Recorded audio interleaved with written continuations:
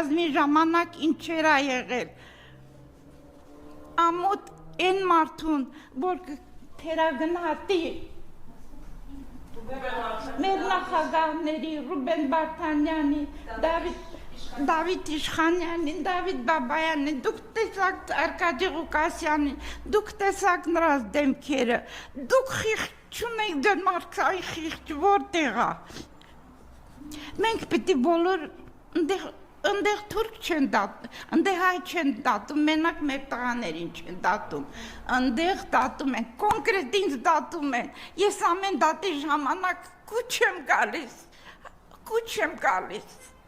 գիտեմ ինձ են դատում։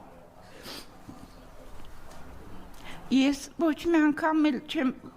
բանարել, որ